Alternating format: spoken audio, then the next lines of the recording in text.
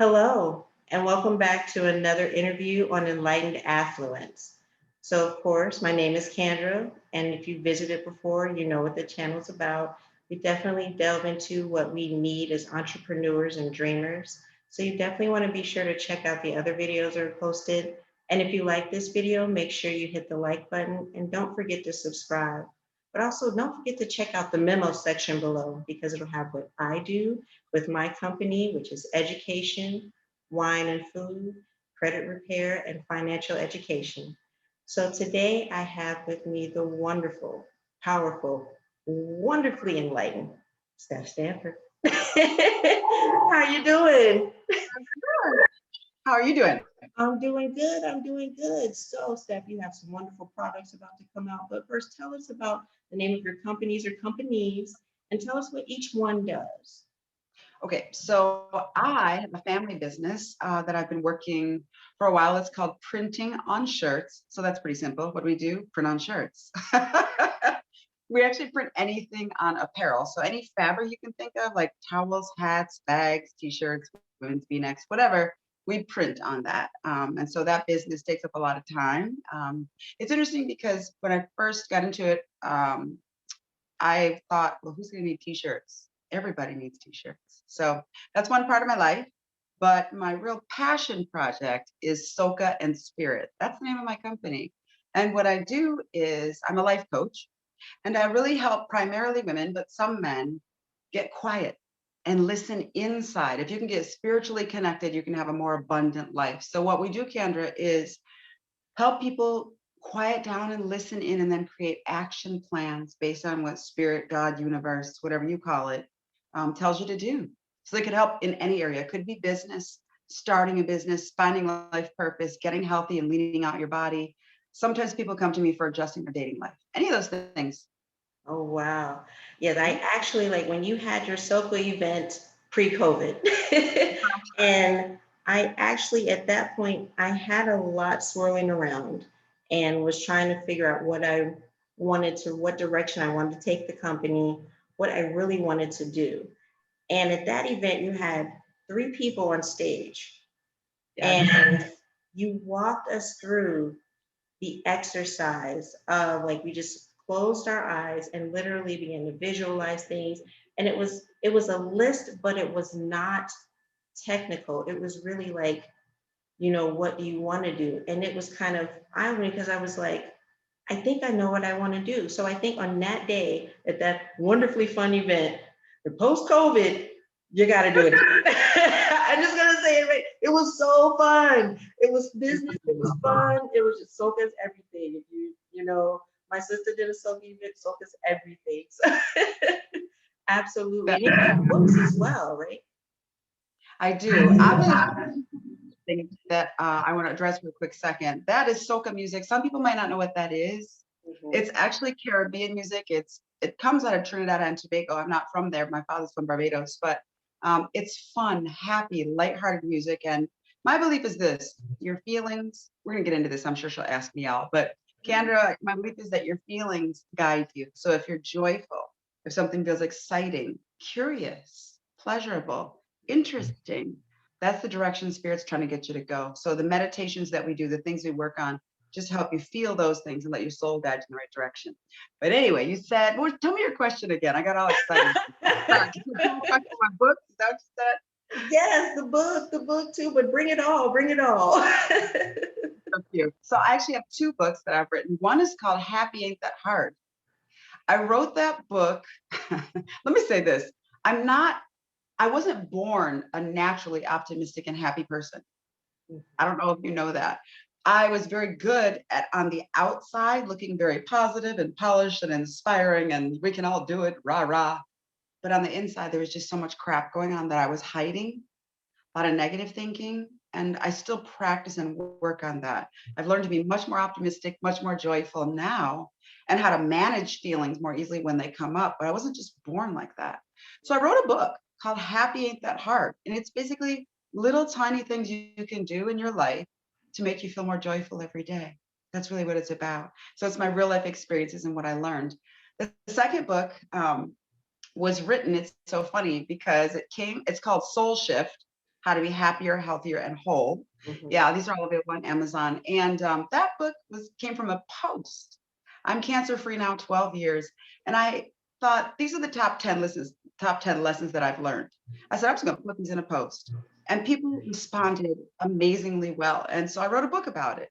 So it's just what were the lessons I learned after having had cancer and having gone through that process. And that book is not for people who've had cancer alone, it's for anybody who's just going through an upsetting, soul shifting kind of life experience. You need something to pull you up and out. What are the key lessons that can do that to make you happier, healthier, whole? That's what it's about. When you're given lemons, make lemonade. Moving it Yes. forward. Yeah. Right. So now we've had this pandemic come along, and everything that a lot of us was doing, it was in person, it was events, it was, tactical. How did you make that shift? And was that shift hard to be more virtual with things? I'm laughing. Feedback, guys. I don't know if y'all are hearing that. I don't know what's going on. Are you hearing it, Kendra? We're gonna try to eliminate that feedback. But anyway, so was this quarantining process difficult? OMG, it's very difficult to make this transition. So here's the thing. In my coaching business, a lot of it was virtual anyway, because my clients are all over the place. A lot of them are not in my town where I live in South Florida. I've had clients in England, in Trinidad, Switzerland, all over across the US. So my business was already virtual, but it forced me to start. I couldn't rely on the events that I used to do because that's what I love, being in front of people and energy and fun vibes and dancing and creating the joy while we learn. And yeah, that's been a hard transition to try to figure out how to make that now online because it just doesn't feel quite the same to me. But I'll say I'm learning. I'm just learning. And for me, what's critical is always watching trends, what's new, what's coming, what's emerging, and not being afraid to try them. And I think that's the really important thing to take away from this. Y'all, TikTok, not my favorite place to be. No, I feel so uncomfortable. If you said, Stephanie, go and speak to a room in front of 5,000 people, I would say, that's awesome. You tell me, put up a camera and film yourself for 15 seconds and make it entertaining. That's highly overwhelming for me and intimidating, but I'm learning. And so you just have to get out there and practice. How do you shift during this time? Watch the trends, see what's new and emerging. Just like rappers, you don't want to be outdated. You want to always go with the flow while still being true to yourself. But don't be afraid to try new technologies. Practice, try, see if it's for you. If it's not for you, then fine. Move on, but give it a shot. Yeah. Yeah. That's a huge one for me. You hit a nerve right there because I like to be, unless I'm dancing, I like to be in the background.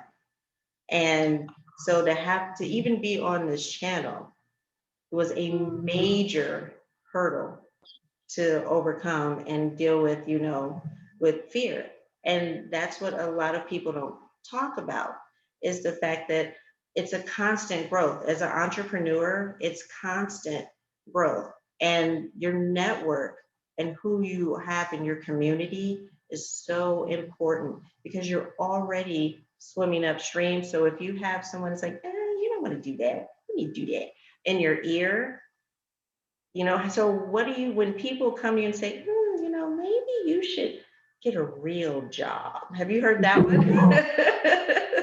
Oh, Lord, let me drink that. She want to pull out the big guns early in the day. Yeah. I'm I'm thankful, Candra, that you're doing this because you're forcing us as entrepreneurs to be more honest about what really happens behind the scenes because all folks see when they look at Instagram or LinkedIn or Facebook is all the wins and all the successes.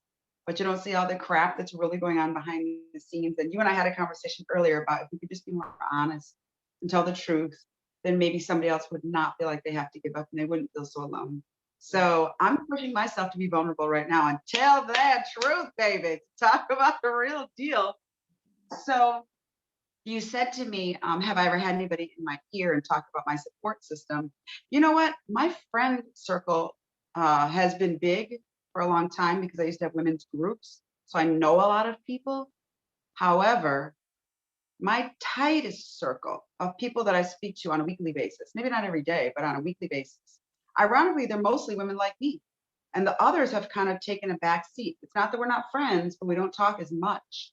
My circle just naturally started gravitating towards me. And they're women who have side hustles. They're women who have businesses. Like actually a couple guys. I don't necessarily know them, but I've met them through social. I know we have similar personalities. They're hustlers, right here trying to take our dreams, like everybody here, make it happen. And so what's wonderful about that is when you're feeling like you can't do it, you're afraid, you don't know how to do it, you feel stuck, overwhelmed, you don't feel like you're enough, you don't have enough time. When people in your own family or that you're married to or your closest friends doubt you and say, you're not good at this, you just need to go and do something else. But you feel that dream here, you have that close circle of people that you know are going to be there to support you no matter what.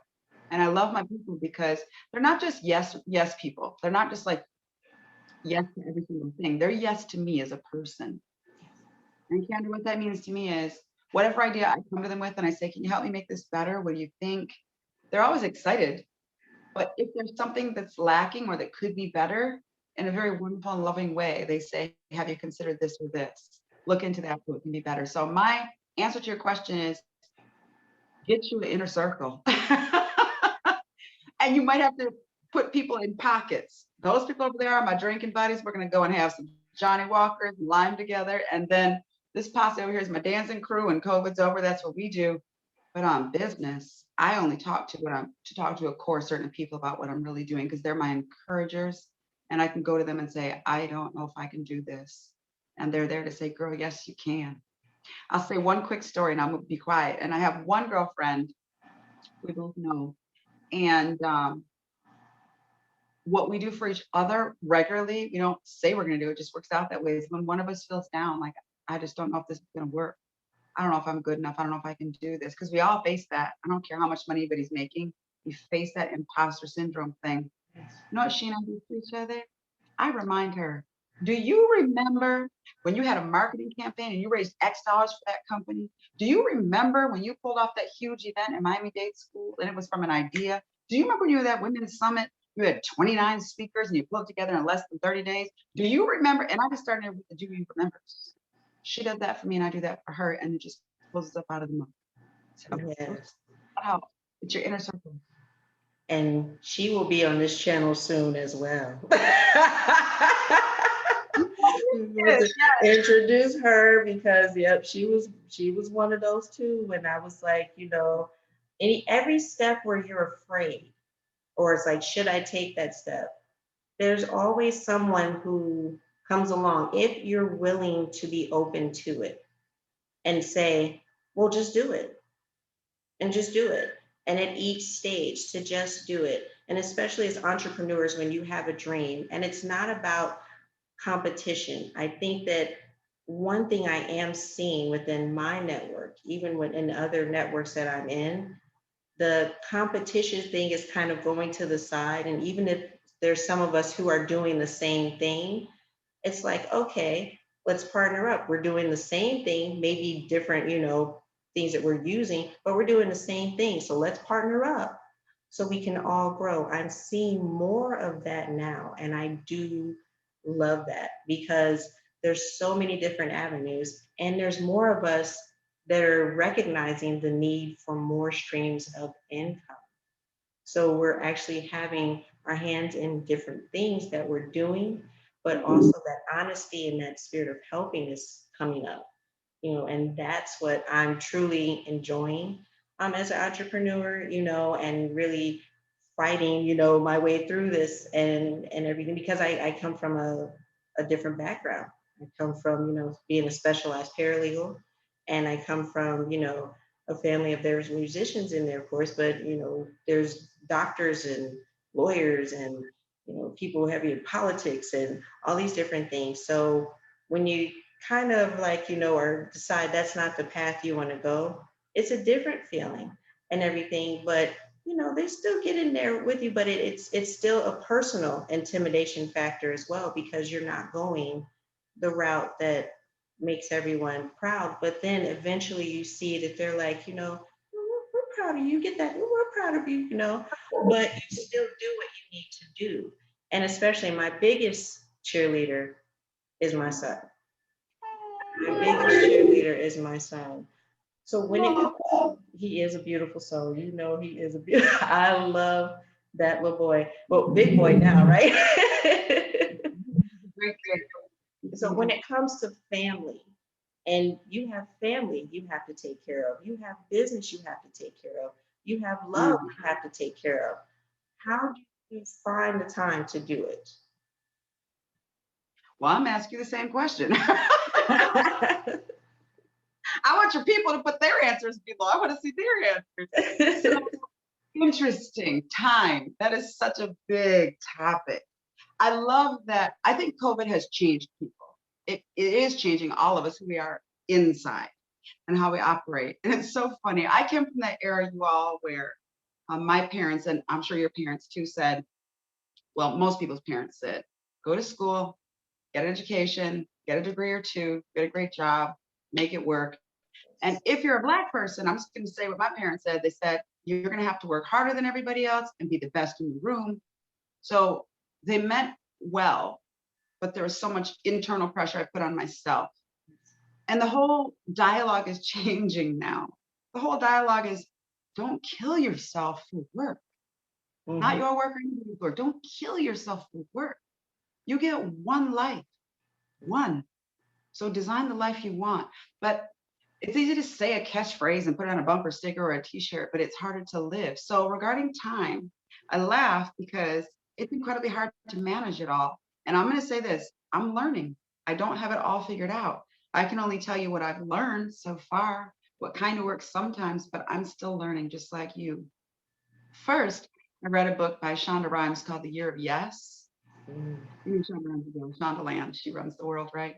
You should check it out. Because in that book, she said, you know, remember, I think she has 4 or 5 TV shows currently running. She's writing the programming for all of them and managing them all. And she basically said, I'm a titan. I'm expected to go hard. But she said, in short, I lost my creative spark because all I did was work. And I didn't ever make time for myself. I didn't ever make time to play with my own children. So her thing was, she said, I decided whenever my kids ask me to stop and play, hey, mom, you want to play? I'm going to stop and play. She said they're like 5 or 2, so they really only care about me for about 2 minutes and they want to go watch some Shark Tales or something or other. So she said, when my kids ask me to play, I literally stop what I'm doing and I play. She said it takes about 2 minutes, but typically that's enough. She said doing that repetitively over time brought something out from inside of her that gave her that joy again. So to answer your question about time, number one, I make time for myself. Part of my habit and my routine is I wake up early, like you, but I make sure Monday through Friday at least, I get up and write a letter to my own soul. I take 15 minutes to let myself talk to my soul and my soul talk to me. I sit on a journal on my computer. I write, say anything I want to say. I let it say anything back it wants to say, 15 minutes. Then I meditate. Sometimes I only have 15 minutes for that. Sometimes I have an hour. But I make sure, no matter what, that is in my day because that's the foundation for me being capable to do anything else. As far as time, I don't have an easy answer. This could be an hour-long topic, and I don't want to only spend time on this. It's a hard one because there's so much here. But in general, for me, since I have 2 businesses, and then I have clients as well, marketing clients too. That's evolving. It fell into my lap. Anyway, I make certain days. I say Tuesdays, I will work on this business. Wednesdays, Thursdays, I will work on this business. Friday, Saturday, I'll work on this business so that I can be more focused and get a lot done for one particular area. And I feel like I've done something. And then Mhm. honestly, I also normally take Sundays off. No matter how much work has to be done, I just tell myself Sundays are my day off. I don't think you ever get it all right. I think it's an ongoing reprioritization, meaning every week I decide what's important to me this week. Sometimes I'm exercising more, sometimes I don't exercise at all. Some weeks my marketing plan takes more energy, so my personal business has to slow down just a little. Sometimes the t-shirt business is on fire, so maybe my marketing plan has to be deprioritized just a little bit. So it's about constantly shifting priorities. That's my answer. That's very long, and there's so much to that. That could be a book. I might write it. Give me ideas.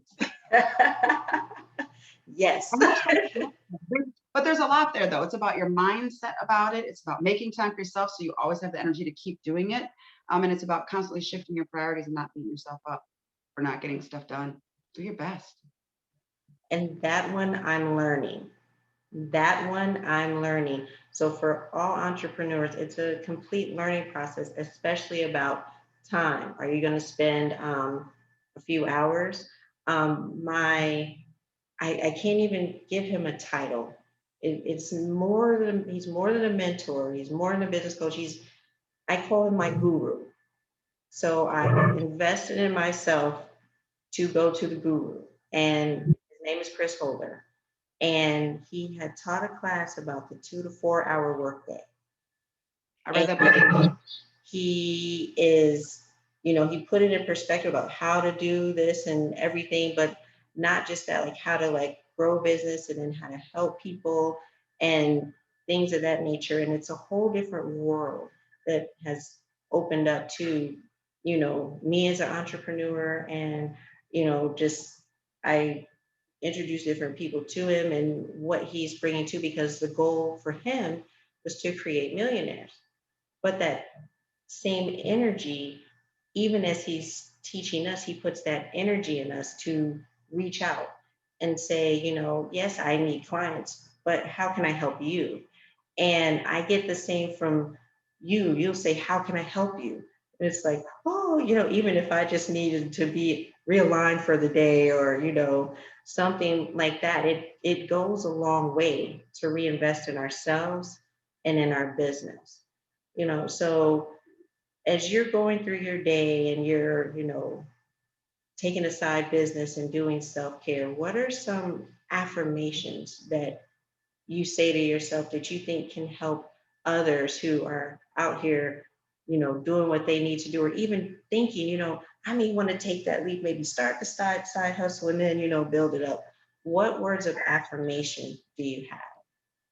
So I think affirmation is traditionally starting with the word I am and having some words after that, because your words are very powerful and there's actually so much information, psychology behind that format.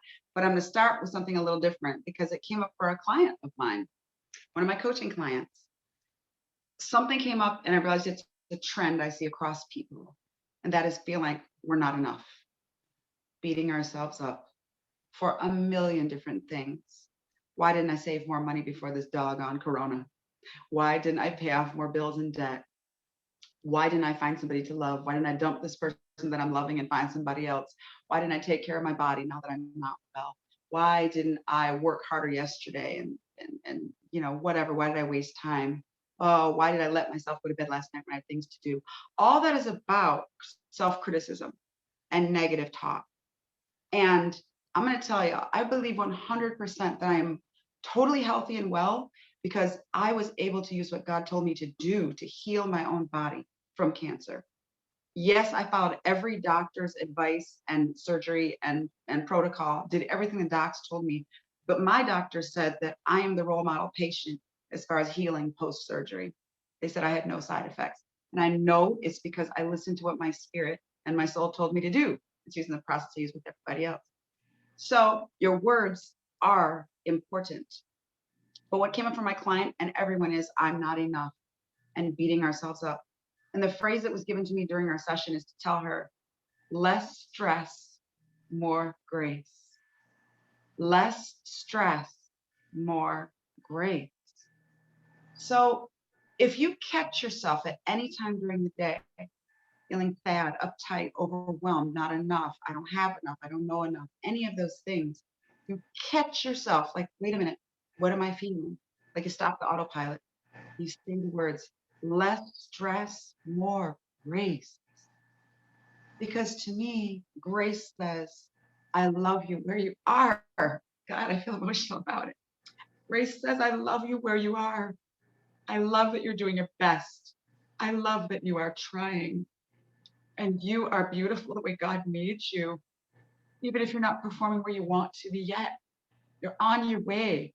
So allow this grace and this self-forgiveness, this kindness that you would give to a stranger, give it to yourself. I can't believe I'm crying about it, but I believe in being genuine. And this is here. It's partially because I feel God close. So it happens sometimes. I feel spirit close. But Every entrepreneur needs less stress and more grace. What you would give to somebody else, you must give to yourself. If you'll do that, it'll start to shift everything in your world and how you treat yourself. You'll begin to see opportunities come to you. Because when you're giving more love in, it circulates around the world and energy and comes back to you in the form of money and opportunities. Great. Awesome. Crying. Kendra got me crying Yes. here, y'all. No. I'm doing crying on here. But that's real. You have no idea. Like, especially as we close out this interview, I want to let you know this. You know, as a survivor, there are so many people who, we've lost. We've had a recent loss from cancer and a recent joy of recovery.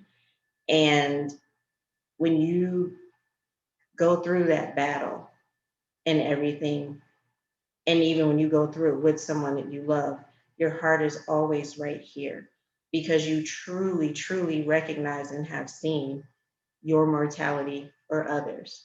And what you have chosen to do with your life as being a survivor and the people that you have touched with what you do and how you do makes us so grateful, that you're here, and it helps us to live in the memory of those that we've lost in a way that honors them as well until we're all together again, in paradise. So, for that, I'm grateful to you. I know you have new products that are coming out, so those will definitely be listed. All the links that you will need for books, for the information, for if you need some T-shirts, and also definitely are looking into teaching. If you have a misconception as well about what meditation really is, I'm going to put her information down there so you can consult with her and see that it's not the type of meditation has been out there for what we sometimes we saw as kids. It really is, you're conscious, what's going on, you're in control of your mind. You're not, it's not anything where you're not focusing on something, but you're healing, and that's a totally different meditation. So consult, ask, see, and discover. Stephanie, I am so honored that you came on today to talk to me. And there's no better way to end this interview than for what you just said. Less stress, more grace. That's it. Okay. Thank So I you so thank much. you so much.